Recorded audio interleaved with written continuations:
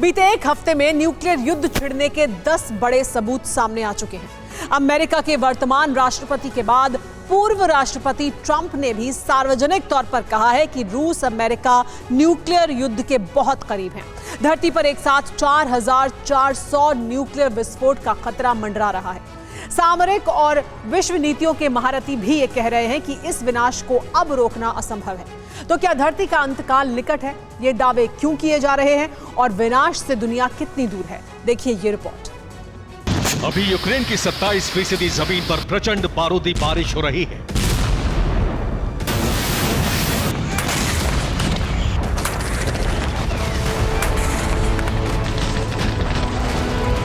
अभी 1,61,000 square kilometre के दायरे में जंग लड़ी जा रही है।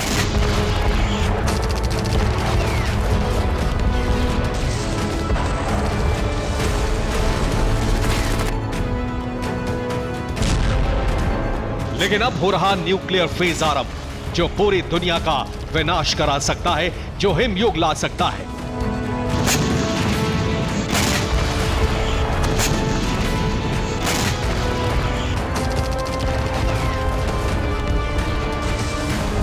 अब युद्ध ईस्टर्न यूक्रेन के छोटे से क्षेत्र तक सीमित नहीं रहने वाला है, क्योंकि विश्व मंच से न्यूक्लियर विनाश अटल बताने वाले बड़े बयान आ चुके हैं।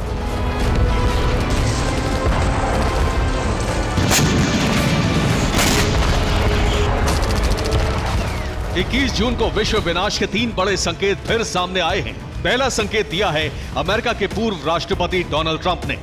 उन्होंने एक इंटरव्यू में कहा है कि अमेरिका रूस के साथ न्यूक्लियर युद्ध के बहुत करीब है। दूसरा संकेत दिया है रूस के विदेश मंत्री सर्गेई लावरोव ने, जिन्होंने नेटो पर सीधे हमले का अंतिम अल्टीमेटम जारी कर दिया है। तीसरा संकेत दिया है मई के महीने से लापता यूक्रेन की सीक्रेट सर्विस के प्रमुख किरिलो बुदानोव ने, जिन्होंने कहा है कि रूस ज़ैपोरिज़िया से न्यूक्लियर विनाश शुरू कर सकता है।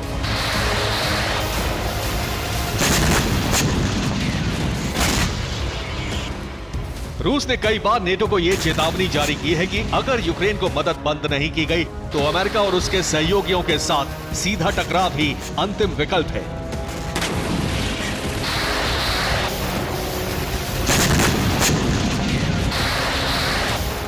रूस और अमेरिका के बीच सीधे टकराव का मतलब होगा यूरोप में नेटो के ठिकानों पर और अमेरिका के सहयोगी देशों पर हमले होना। रूस ने अगर ये कदम उठाया तो इसका मतलब होगा न्यूक्लियर हमला, जिसके बारे में विदेश मंत्री लावरोव ने पहले ही स्पष्ट घोषणा कर दी है।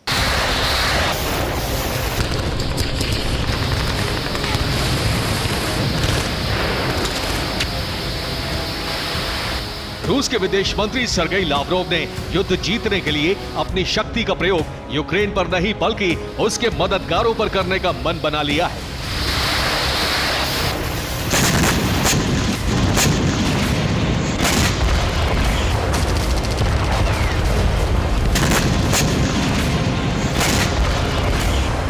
यूक्रेन की जमीन पर बरसती मिसाइलें, गाइडेड बम कब यूरोप की तरफ दाग दिए जाएंगे कोई नहीं जानता।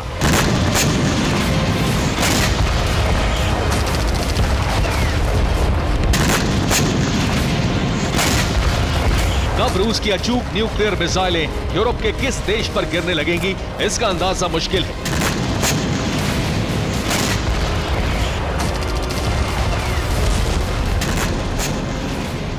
लेकिन यह तय है कि अब युद्ध परमाणु युद्ध में बदलने वाला है, क्योंकि रूस के बारे में यूक्रेन ने विस्फोटक दावा किया है।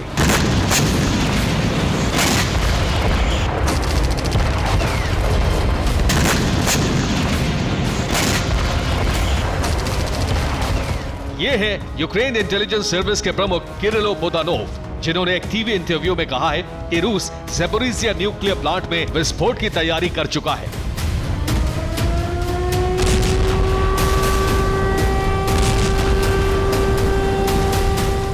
बुदानोव का दावा है कि रूस की सेना ने ज़ैपोरिज़िया न्यूक्लियर पावर प्लांट के जलाशय में खनन शुरू कर दिया है। न्यूक्लियर रिएक्टर में भी बारूद लगाया जा रहा है। ज़ैपोरिज़िया प्लांट में कभी भी एटमी विस्फोट किया जा सकता है।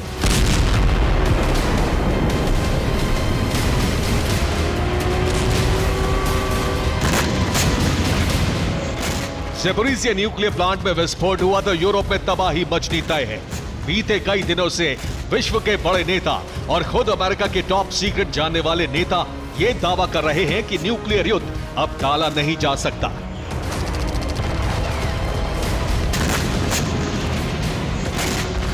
पंद्रह जून से लेकर अब तक न्यूक्लियर विनाश के कई बड़े संकेत मिल चुके हैं। सुपर पावर सरकारें चलाने वाले किस शख्स ने क्या कहा, ये जानिए।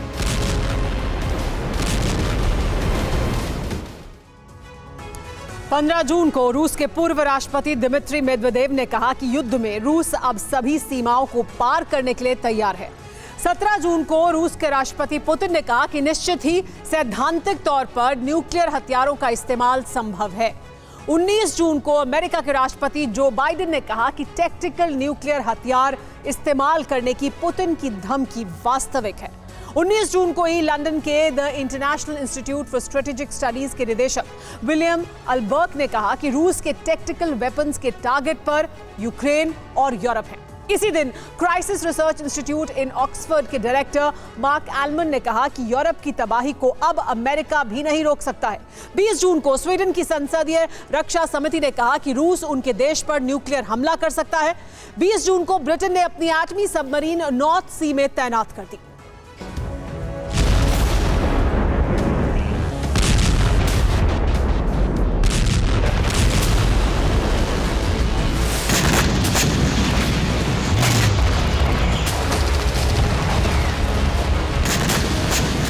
विश्व की राजनीति को समझने वाले, सामरिक मामलों के जानकार और यूरोप अमेरिका के देश चलाने वाले खुद ये मान रहे हैं कि अब न्यूक्लियर विनाश टाला नहीं जा सकता है।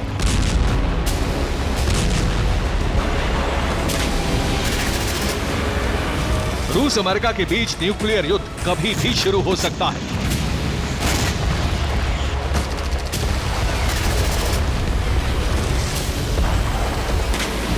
इस युद्ध की चिंगारी या तो ज़ैपोरिज़िया न्यूक्लियर पावर प्लांट में हुए विस्फोट से भड़क सकती है या बेलारूस की जमीन से किए गए टैक्टिकल न्यूक्लियर अटैक से।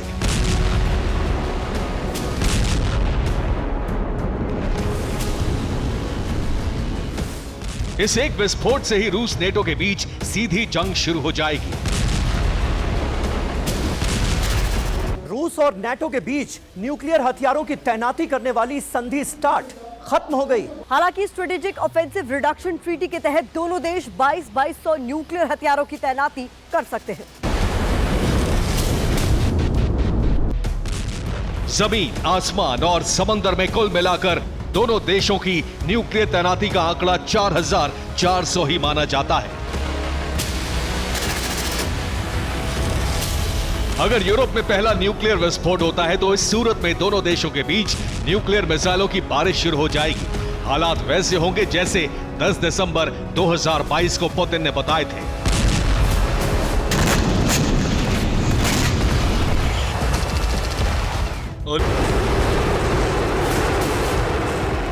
अगर रूस और अमेरिका ने एक दूसरे पर न्यूक्लियर हथियारों की बारिश शुरू कर दी तो पूरी धरती पर बरसों तक विनाश का डेरा होगा।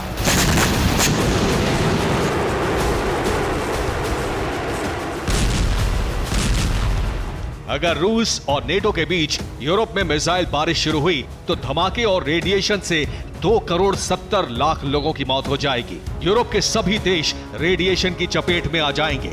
बरसों तक इन देशों में जनजीवन की गुंजाइश नहीं होगी।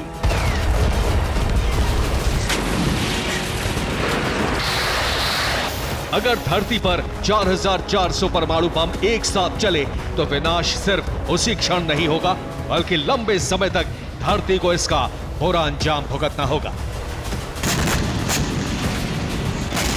धरती तक धूप नहीं पहुंचेगी, तापमान घटना शुरू हो जाएगा। तापमान -3 से लेकर -8 डिग्री सेल्सियस तक जा सकता है। धरती पर हिमयुग की शुरुआत हो सकती है। समुद्री जीवन, खेती बाड़ी सब खत्म हो जाएगी।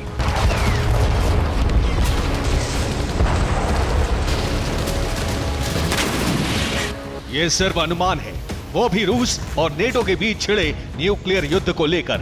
अगर ये न्यूक्लियर वॉर वर्ल्ड वॉर में बदल गई तो विनाश कितना बड़ा होगा इसका अनुमान भी नहीं लगाया जा सकता। इसीलिए रूस यूक्रेन युद्ध को धरती के अस्तित्व पर संकट कहा जा रहा है। Bureau report, TV9 Bharatvarsh. क्या रूस यूक्रेन जंग में दखल अंदाजी करना नेटो पर भारी पड़ रहा है? क्या रूस के बारूदी प्रहार ने नेटो देशों में सनसनी मचा दी है? क्या यूक्रेन को लेकर नेटो जैसा शक्तिशाली संगठन दो फाड़ होने के कगार पर है? दरअसल यूक्रेन और नेटो काउंटर ऑफेंसिव के दम पर रूस को पछाड़ने का ख्वाब पाल रहे हैं, लेकिन रूसी ब्रिगेड के विध्वंसक अटैक के बाद यूक्रेन नेटो का दांव उल्टा पड़ चुका है, क्योंकि रूसी हमले में अगर कुछ तबाह हो रहा है तो वो है नेटो के हथियार, जिनमें शामिल है टैंक, तोपें और MLRS। ऐसे में सवाल यह है कि कैसे यूक्रेन बना नेटो की कब्रगाह। देखिए इस रिपोर्ट में। फैब 500 बम से विनाशक कोहराम,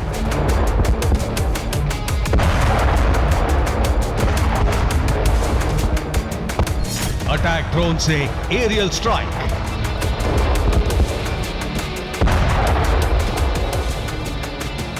कामिकाजी टैंक से बारूदी भूचाल,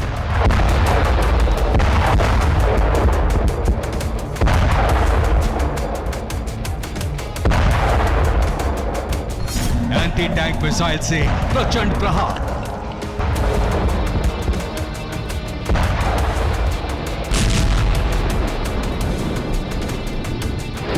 रूस यूक्रेन जंग इस कदर विध्वंसक होगी, रूसी ब्रिगेड का हमला इतना विनाशक होगा, बम गोला बारूद की बारिश इस अंदाज में होगी, शायद ये अनुमान तो यूक्रेन को भी नहीं होगा, और ना ही यूक्रेनी प्रेसिडेंट ज़ेलेंस्की को, और ना ही यूक्रेन की मदद कर रहे नेटो को।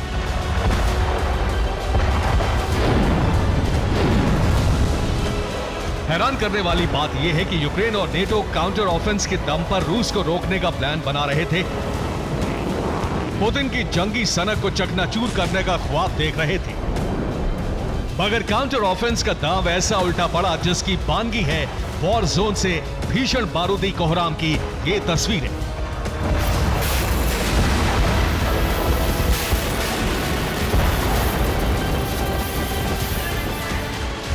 आपको बता दें कि यूक्रेन की सरजमी पर रूस के ताबड़तोड़ हमलों से न सिर्फ यूक्रेन बल्कि नेटो को भी भारी नुकसान हुआ है। आखिर कैसे, ये भी जान लीजिए।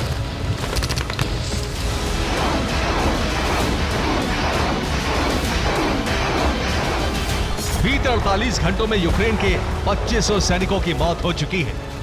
नेटो के दर्जनों टैंक रूसी सेना के हमलों में तबाह हो चुके हैं। जर्मनी के लेपर्ड 2 टैंक को रूस ने सबसे ज्यादा टारगेट किया।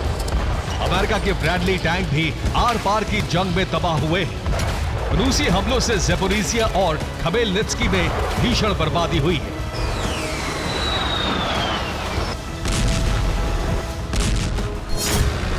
दरअसल रूस यूक्रेन युद्ध अब एक ऐसे खतरनाक मोड़ पर जा पहुंचा है जहां रूस का एक भी कदम यूक्रेन की तबाही का सबब तो बन ही सकता है।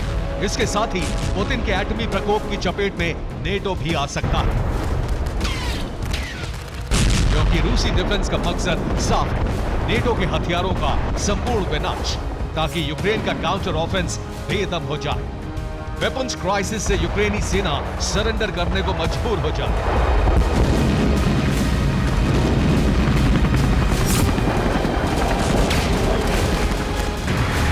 मतलब ये कि इस बार रूसी फौज यूक्रेन के साथ साथ नेटो को भी नहीं बख्शने वाली, और नेटो पर हमला सिर्फ वॉर जोन में ही नहीं हो रहा बल्कि बैटल ग्राउंड से इतर सोशल मीडिया और तमाम प्लेटफॉर्म्स पर भी रूसी डिफेंस नेटो की बेइज्जती कर रहा है, सरेआम नेटो को कमजोर साबित कर रहा है। और उसकी गवाह है रूस के मिनिस्ट्री ऑफ डिफेंस की तरफ से जारी की गई ये तस्वीरें।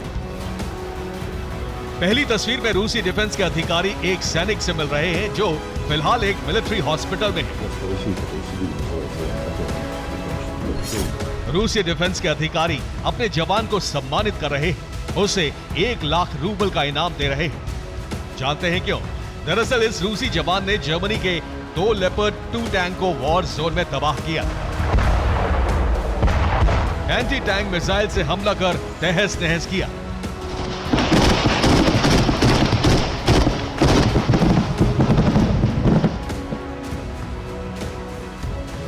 वहीं दूसरी तस्वीर सीधे वॉर जोन की है, जहां पहले तो रशियन ब्रिगेड ने जर्मनी के लेपर्ड 2 टैंक और यूएस के ब्रैडली टैंक को हमले में ध्वस्त किया, फिर उस पर कब्जा कर लिया।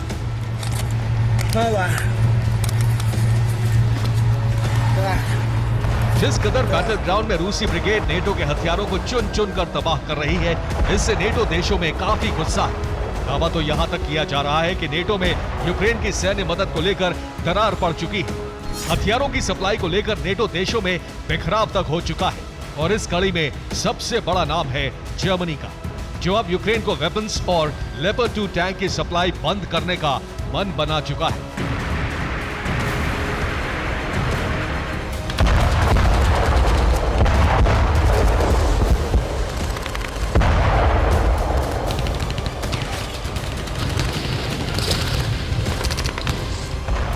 रशियन फोर्स पूरी प्लानिंग के साथ जर्मनी के लेपर्ड 2 टैंकों को टारगेट कर रही है। सोशल मीडिया पर तहस नहस हो चुके लेपर्ड 2 टैंकों की नुमाइश की जा रही है, जिसका खामियाजा सीधे तौर पर जर्मनी को उठाना पड़ रहा है। शायद यही वजह है कि अब रूस यूक्रेन जंग से जर्मनी खुद को अलग करने की कोशिश में जुटा है।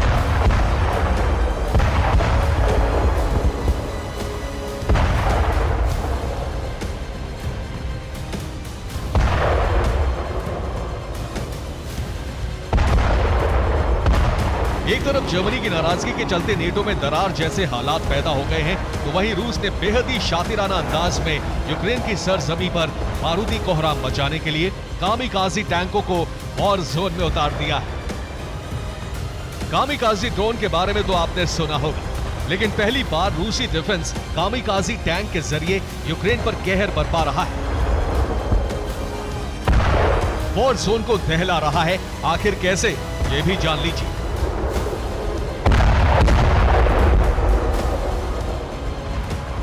दरअसल कामिकाजी टैंकों को 6 टन विस्फोटक से लैस किया जा रहा है। इसके लिए T-50 और T-55 टैंकों का इस्तेमाल हो रहा है।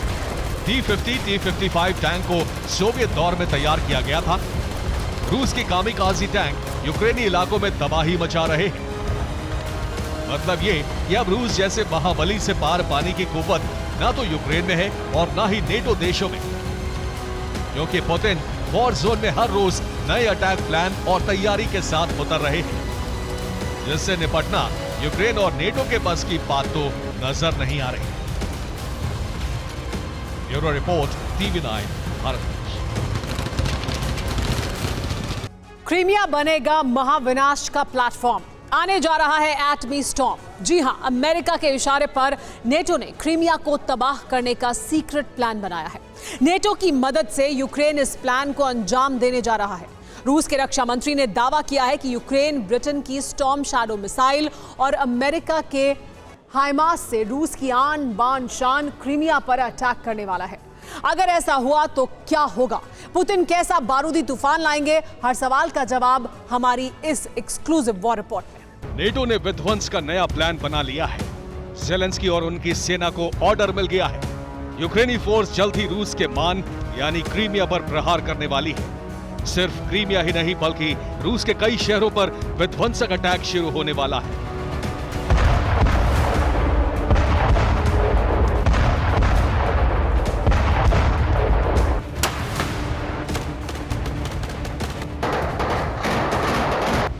ये वो अटैक होगा जिससे युद्ध का कैनवास बहुत बढ़ जाएगा, युद्ध की आग बहुत विनाशक हो जाएगी।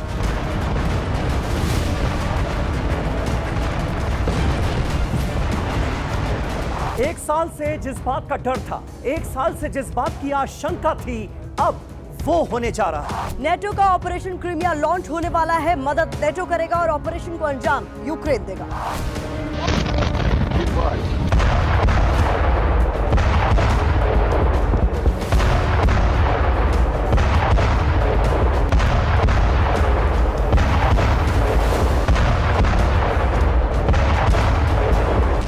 ऑपरेशन क्रीमिया विध्वंस को लेकर यह दावा कोई और नहीं बल्कि रूस के रक्षा मंत्री सर्गेई शोइगु ने किया है।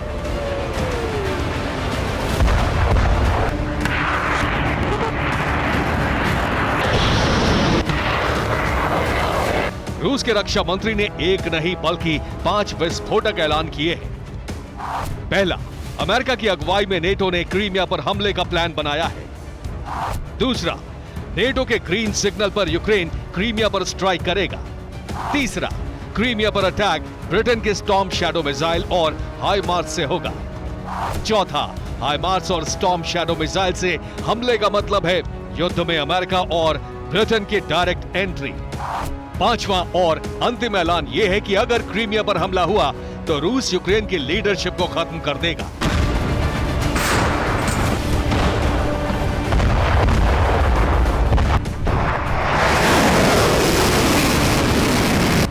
इस तरह पुतिन ने यूक्रेन को पूरी तरह से खत्म करने की फाइनल वार्निंग दे दी है, लेकिन यूक्रेन पर इसका कोई असर नहीं पड़ रहा।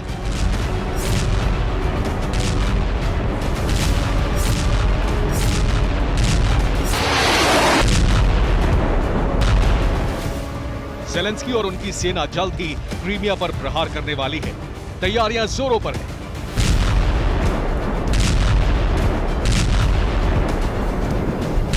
अमेरिका और तमाम पश्चिमी देश यूक्रेन को लगातार सीक्रेट तरीके से लॉन्ग रेंज वेपन भेज रहे हैं। विध्वंसक हथियारों की नई खेप मोल्दोवा रूट से पहुंच रही है। वहीं मोल्दोवा जो यूक्रेन से सटा हुआ है।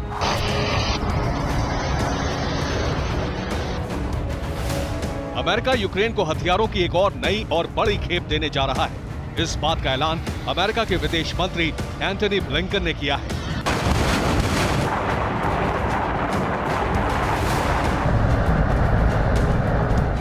जर्मनी यूक्रेन को करीब 30,000 हॉवित्जर शेल्स देने जा रहा है।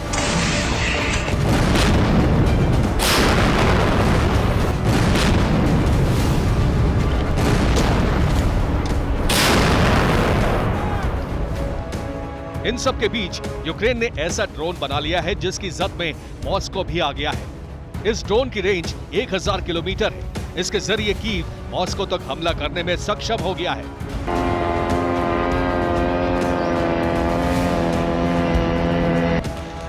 नेटो की चाल और यूक्रेन की इन्हीं सैन्य गतिविधियों से क्रीमिया विध्वंस का सबसे बड़ा अलार्म बज रहा है।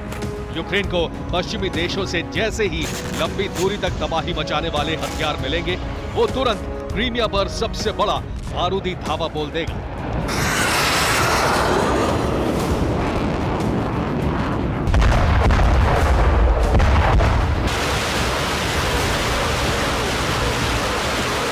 यूक्रेन किसी भी वक्त क्रीमिया पर स्ट्राइक कर सकता है। इसका संकेत उन हमलों से मिलता है जो पिछले 24 घंटों में यूक्रेन ने रूसी जमीन पर किए हैं। यूक्रेन ने आधी रात को क्रीमिया में रेल ट्रैक को उड़ा दिया। मॉस्को के पास 3 ड्रोन से हमले की कोशिश की गई, लेकिन तीनों हमले नाकाम हो गए। रूस के तांबो में गन पाउडर फैक्ट्री में बड़ा विस्फोट हुआ, 4 लोगों की मौत हो गई। रूस की यार्स मिसाइल को माइन से उड़ाने की साजिश रची गई, जिसे रूसी सेना ने नाकाम कर दिया।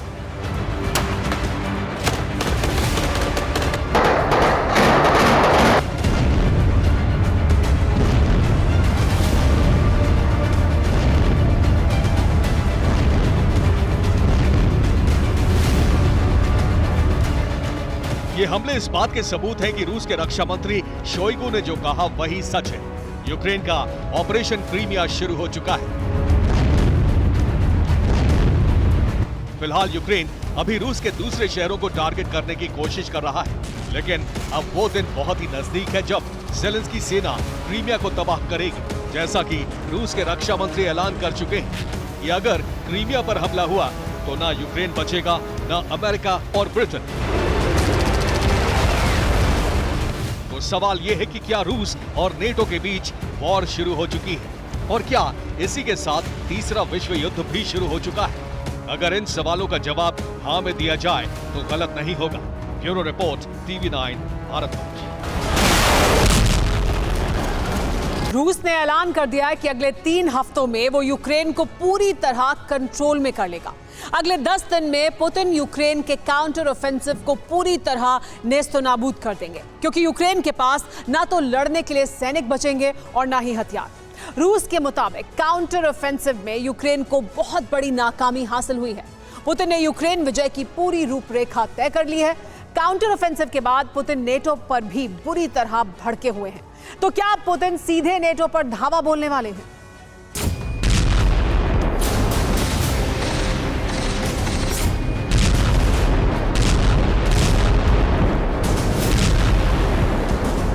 क्या जून में ही होगा यूक्रेन विजय का ऐलान?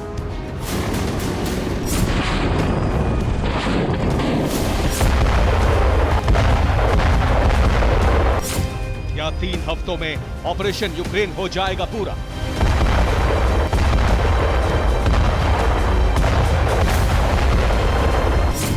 क्या अगले 10 दिन में खत्म हो जाएगा यूक्रेन का बारूद?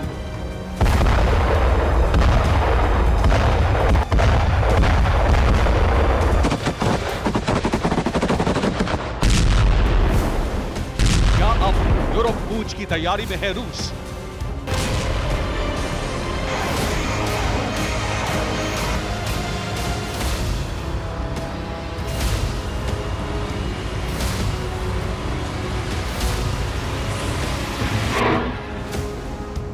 ये अटकलें लगाई जा रही हैं रूस की तरफ से किए जा रहे उन दावों से जिसे काफी हद तक सच माना जाने लगा है। रूस की संसद ने यूक्रेन विजय को लेकर धमाकेदार दावे किए हैं। रूसी मीडिया ने रूस की स्टेट ड्यूमा की रक्षा समिति के प्रमुख एंड्री कार्तापोलोव के हवाले से दावा किया है कि यूक्रेन के काउंटर ऑफेंस के बाद जिस तेजी से ज़ेलेंस्की की फोर्स को बड़ा नुकसान उठाना पड़ा है, उससे ये लगता है कि अगले 3 हफ्तों में यूक्रेन घुटने टेक देगा। रूसी सांसद के दावे के मुताबिक यूक्रेन के काउंटर ऑफेंस में उसके करीब आधे सैनिकों की मौत हो चुकी है।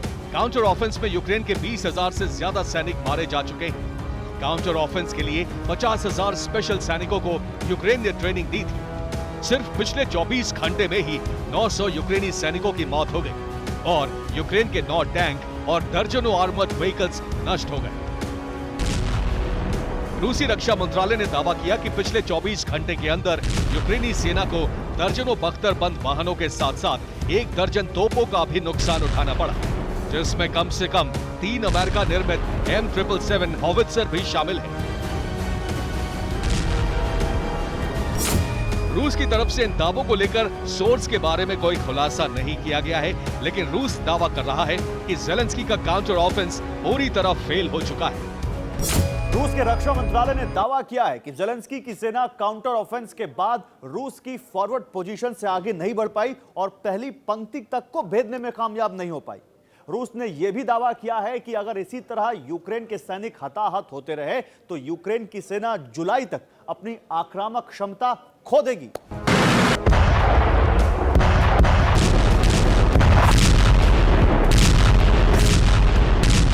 ज़ेलेंस्की ने 2 हफ्ते पहले ही काउंटर ऑफेंस का ऐलान किया था, लेकिन उसके बाद हर दिन रूसी सेना यूक्रेन के काउंटर ऑफेंस को तगड़ा नुकसान पहुंचा रही है।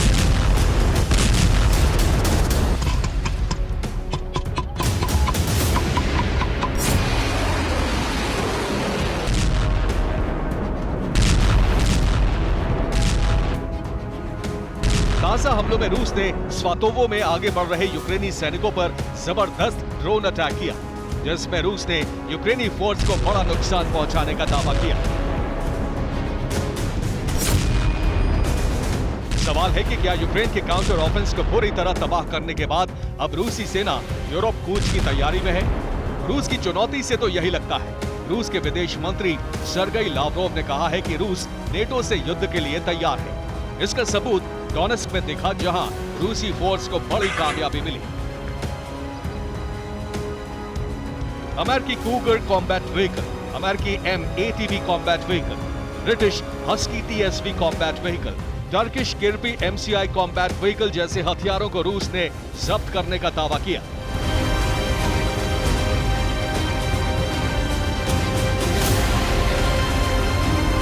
नेटो देश लगातार यूक्रेन को सैन्य मदद दे रहे हैं। पश्चिम के हथियारों से ही यूक्रेन युद्ध लड़ रहा है। रूस का दावा है कि नेटो ही हर रणनीति बना रहा है। इस बीच हैरान करने वाला बयान भी नेटो की तरफ से आया। नेटो ने यह माना कि रूस को काउंटर ऑफेंस से हराना मुश्किल है। नेटो चीफ जेन्स स्टोल्टनबर्ग के मुताबिक रूस का सुरक्षा चक्र बहुत मजबूत है। पहला चक्र लैंड माइन्स, दूसरा चक्र ड्रैगन टीम, तीसरा चक्र टैंक ट्रेंच और चौथा चक्र डिफेंस सिस्टम। इस अभेद्य चक्र की बदौलत रूसी सेना को काउंटर ऑफेंस से ज्यादा फर्क नहीं पड़ा। उधर यूक्रेन के काउंटर ऑफेंसिव पर पेंटागन ने भी सवाल उठा दिए हैं। पेंटागन ने कहा है कि यूक्रेन के लिए काउंटर ऑफेंसिव मुश्किल है। पेंटागन ने यह बात भी मानी है कि काउंटर ऑफेंस में यूक्रेन को भारी नुकसान उठाना होगा और कामयाबी हासिल करने में वक्त लगेगा।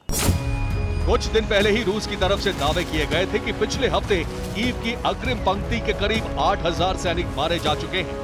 पुतिन ने पिछले हफ्ते कहा था कि पश्चिमी देशों से मिले भारी हथियारों का करीब 30% यूक्रेन खो चुका है। हालांकि इन दावों के बावजूद रूसी ठिकानों पर यूक्रेन के हमले जारी हैं। Bureau report, TV9 Bharatvarsh. क्या रूस यूक्रेन युद्ध में अब बायो वेपन की भी एंट्री हो चुकी है? ये सवाल इसलिए क्योंकि यूक्रेन में इन दिनों बहुत तेजी से हैजा फैल रहा है। यूक्रेन के आम लोगों के साथ बड़े पैमाने पर सेना के जवान बीमार हो रहे हैं। काखोवका डैम से निकलने वाले पानी की वजह से कई गंभीर बीमारियां फैल रही हैं। अब सवाल उठ रहे हैं कि क्या रूस ने डैम को बायो वेपन के तौर पर इस्तेमाल किया, जबकि रूस आरोप लगा रहा है कि बीमारी की वजह यूक्रेन में मौजूद अमेरिकी लैब से बैक्टीरिया का लीक होना है।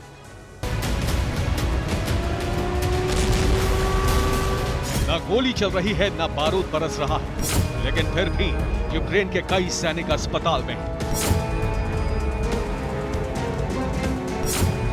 यूक्रेन के कई इलाकों में खतरनाक बीमारी फैल रही है। हालात ऐसे हैं कि सरकार के लिए काबू करना मुश्किल हो जाएगा।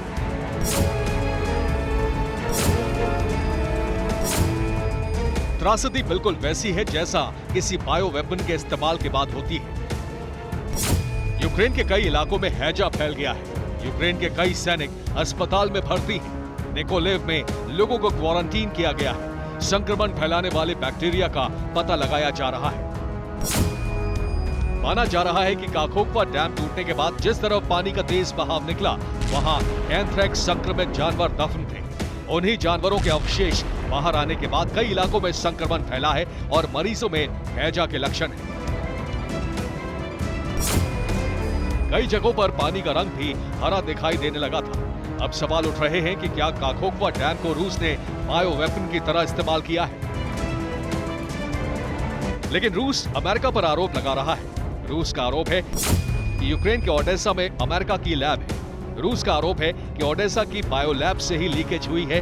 अमेरिकी लैब में लीक की वजह से हैजा फैला है। रूस का आरोप है कि यूक्रेन में अमेरिका संक्रमण वाले वायरस और बैक्टीरिया पर रिसर्च कर रहा था।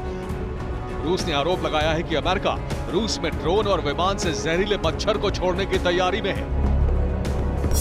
अमेरिका का प्लान मच्छर से रूसी सैनिकों में बीमारी फैलाने का है। रूस का आरोप है कि अमेरिका ने खास तरह का ड्रोन तैयार किया है। ड्रोन में मच्छरों से भरा बॉक्स लोड किया जा सकता है। मच्छरों को हवा में छोड़ने के लिए बॉक्स में खास तरह का दरवाजा है। आरोपों के दौर के बीच यूक्रेन में संक्रमित बीमारी फैल चुकी है, जबकि रूस में संक्रमण का खतरा है। यूक्रेन का आरोप है कि संक्रमण फैलाने के लिए रूस ने काखोवका डैम को तोड़ा है। यूक्रेन की तरफ से एक तस्वीर भी जारी की गई है। तस्वीर में डैम के ऊपर एक कार नजर आ रही है। कार में विस्फोटक होने का दावा किया गया है। कार से एक तार भी अटैच है। दावा है कि कार के विस्फोटक का इस्तेमाल भी डैम तोड़ने के लिए किया गया है। Bureau report, TV9 Bharatvarsh. 3 दिन से दुनिया टेंशन में है। 3 दिन से समंदर के अंदर बहुत बड़ा सर्च ऑपरेशन चल रहा है। उस टूरिस्ट सबमरीन की खोज हो रही है जिसमें दुनिया के 4 बड़े बिजनेसमैन सवार थे। ये सभी पनडुब्बी में सवार होकर टाइटैनिक जहाज का मलबा देखने के लिए गए थे। 3 दिन से सबमरीन गायब है, इसीलिए बहुत बड़ा तलाशी अभियान चल रहा है। अगर 20 घंटे में गायब सबमरीन और उसमें सवार 5 लोग नहीं मिले तो बहुत बड़ी अनहोनी हो जाएगी। आखिर क्यों? ये पूरी रिपोर्ट देखिए। अटलांटिक महासागर में सबसे बड़ा सर्च ऑपरेशन चल रहा है। समंदर में हजारों फीट अंदर उफनती लहरों को छाना जा रहा है, क्योंकि एक सबमरीन गायब हो चुकी है। सिर्फ सबमरीन ही नहीं बल्कि उसमें सवार दुनिया के 4 बड़े बिजनेसमैन भी लापता हैं। 3 दिन यानी 75 घंटे से ज्यादा का वक्त हो चुका है, लेकिन ना तो सबमरीन के बारे में कोई खबर है, ना ही उसमें सवार 5 लोगों के बारे में। इसीलिए समुद्र में सबसे बड़ा सर्च ऑपरेशन चल रहा है। अगर 20 घंटे तक ये सबमरीन नहीं मिली तो उसमें सवार सभी लोगों की जान चली जाएगी, क्योंकि सबमरीन में अब सिर्फ 20 घंटे भर का ऑक्सीजन मौजूद है।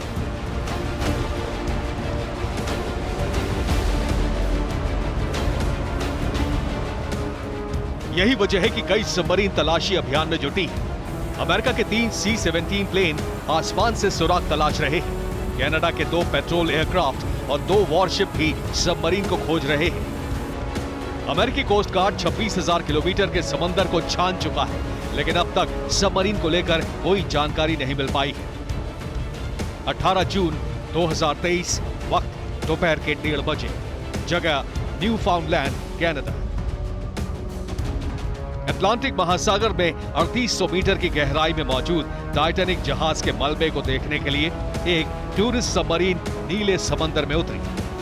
ओशन गेट नाम के इस सबमरीन में 5 टूरिस्ट सवार थे। इसके अलावा एक पायलट मौजूद था, लेकिन अटलांटिक महासागर में उतरने के करीब 1.25 घंटे बाद ही टूरिस्ट पनडुब्बी का संपर्क कंट्रोल रूम से टूट गया और फिर खबर आई कि टाइटैनिक मलबा दिखाने के लिए जो पनडुब्बी समंदर में उतरी वो अचानक ही गायब हो गई। रविवार को दोपहर 1:30 बजे टूरिस्ट सबमरीन समंदर में उतरी।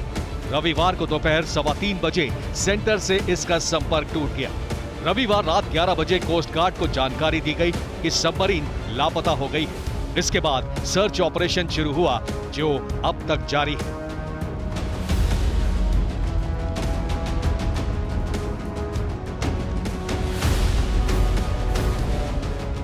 टूरिस्ट सबमरीन का वजन 10,432 किलो है, लंबाई 22 फीट और चौड़ाई करीब 9 फीट है। इसमें सिर्फ 96 घंटे भर का ऑक्सीजन था।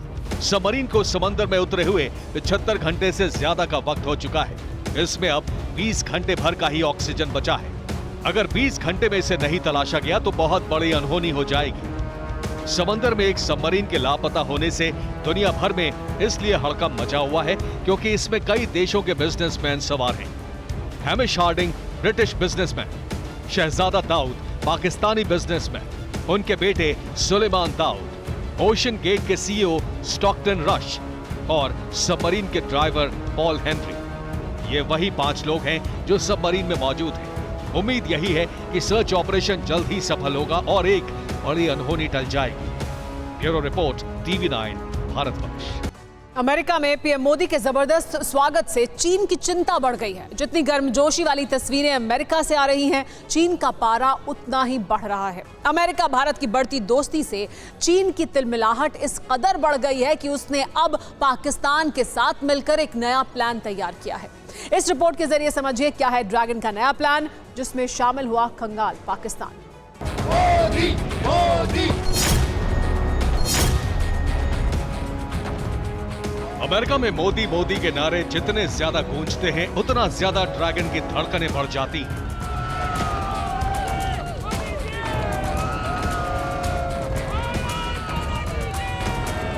अमेरिका में पीएम मोदी का शानदार स्वागत देखकर चीन की बौखलाहट बढ़ती जा रही है।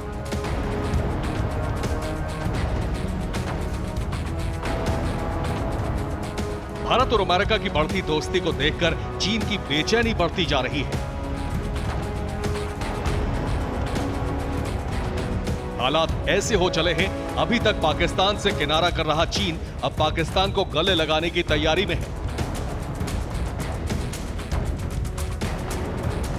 मोदी बाइडेन की दोस्ती को देखकर चीन की तिलमिलाहट इतनी बढ़ गई कि अब पाकिस्तान में न्यूक्लियर प्लांट खोलने का ऐलान कर दिया है। सोचिए, ये वही चीन है जो कर्ज में डूबते पाकिस्तान की मदद से किनारा कर रहा था, लेकिन पीएम मोदी के अमेरिका के दौरे से वो इतना चिढ़ गया कि दोबारा से पाकिस्तान के बिग ब्रदर की भूमिका में आ चुका है। अब पाकिस्तान के कंधे पर बंदूक रखकर चलाने की तैयारी में है।